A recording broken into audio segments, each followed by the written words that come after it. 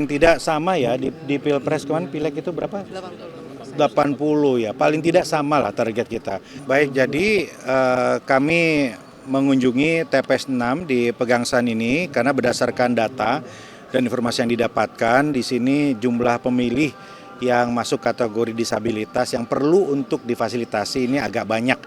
Ya, di angka kami ada 9 gitu.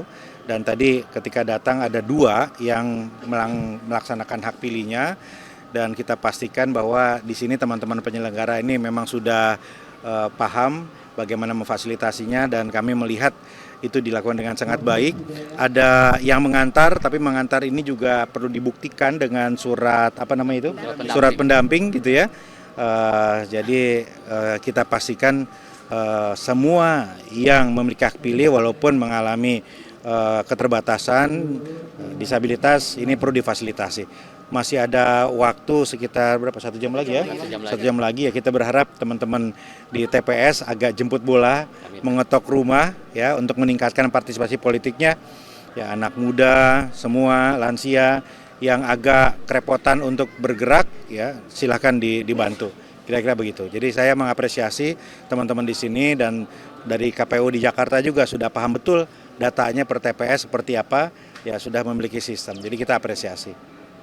Selain TPS dengan penyandang disabilitas, TPS mana lagi yang menjadi pantauan untuk mendapatkan ini? Ada kategori TPS yang rawan dan sangat rawan, umumnya dikarenakan potensi bencana di situ. Ya sudah ada beberapa masuk laporan harus bergeser TPS-nya karena banjir dan hujan.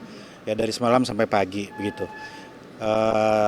Ya seperti itu, dan sejauh ini kami melihat kesigapan dari penyelenggara, ya teman-teman di wilayah ya lurah camat memfasilitasi semua untuk menentukan titik pergeseran TPS-nya di mana ya bersama Bawaslu, KPU dan teman-teman KPPS. Ya. Paling tidak sama ya di Pilpres kemarin, Pileg itu berapa? 80 ya, paling tidak sama lah target kita. Walaupun sepertinya di atas kertas agak sulit karena kalau dulu kan banyak tim sukses caleg ya yang sama-sama ikut bekerja gitu. Nah kalau sekarang kan rentangnya agak jauh gitu dari paslon sampai bawah gitu. Jadi mungkin kondisinya berbeda. Ada lagi satu kendala karena jumlah TPS kan berkurang, sehingga mungkin akses pemilih ke tempat pemilihan masing-masing agak berbeda. Ada yang kendala jarak dan sebagainya gitu. Jadi ada kendala-kendala seperti itu. Tapi ya di waktu yang tersisa ini insya Allah kita maksimalkan untuk menjemput bola.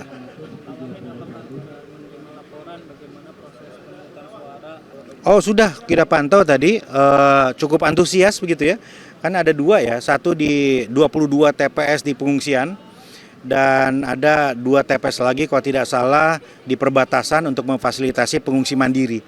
Nah sejauh ini laporannya berjalan dengan lancar, di pengungsian warga sangat antusias. Kemarin kami mengunjungi daerah itu dan memastikan 22 TPS itu siap, dan warga semua telah mendapatkan undangan atau paling tidak ada dokumen kependudukan yang mereka bisa bawa ke TPS untuk mencoblos. Cukup, terima kasih ya. Terima kasih. Atas 70% dengan target menjelang jam 1 itu 100%, secara kuantitas sangat baik, secara kualitas juga baik ya. Tadi saya melihat rapi sekali, sistemnya sudah terbangun begitu. Dan yang paling penting adalah semua yang ada difasilitasi untuk memilih. Bahkan tadi dilaporkan ada yang sakit, ini dijemput, didatangi langsung Pak ya, di kamarnya didatangi langsung, kira-kira begitu. Jadi saya apresiasi teman-teman di sini, di rumah tahanan, di lapas, Pak Kanwil dan semua jajaran yang secara sigap telah memberikan hak pilih dengan sangat baik untuk para pemilih di sini. Ya, jangan sampai mereka tidak bisa menggunakan hak pilihnya, jangan sampai luput ya karena masih ada di tahanannya begitu ya dalam kondisi sakit, tapi semua dipastikan kecuali yang domisilinya bukan di Jakarta, yang dokumen kependudukannya bukan Jakarta, yaitu tidak bisa menggunakan hak pilih. Begitu ya. Pak, ada kendala nggak Pak dalam pencoblosan di? Enggak ada, tadi saya cek, saya tanya semua tidak ada, semuanya lancar ya, 100% lancar ya. Kalau ya Pak, terkait tangan kabur dong Pak, sedikit Pak, update Pak. Warga binaan ini kan sangat terbatas medianya. Gimana mereka bisa mengenal calonnya? Gimana mereka bisa bikin keputusan bijak saat memilih itu gimana? Itu biasanya teman-teman KPU jemput bola ya untuk melakukan sosialisasi itu ke sini. Ya, di banyak tempat seperti itu ya. Saya yakin itu pun sudah dilakukan ya. Ya. Jadi sosialisasi dilakukan oleh KPU dengan jemput bola. Jadi ada kegiatan-kegiatannya, ada aktivitasnya ya.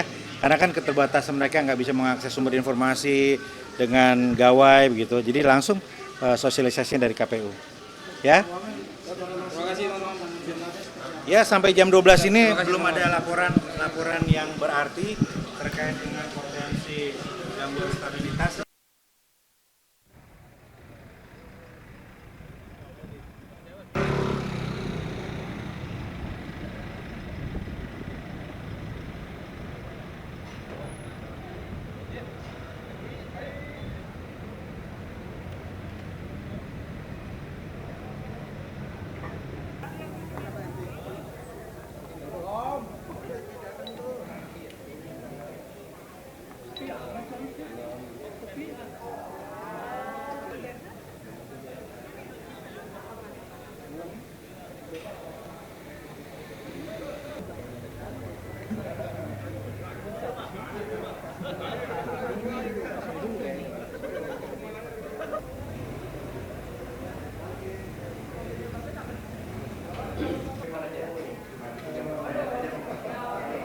Ini mirip nggak sih?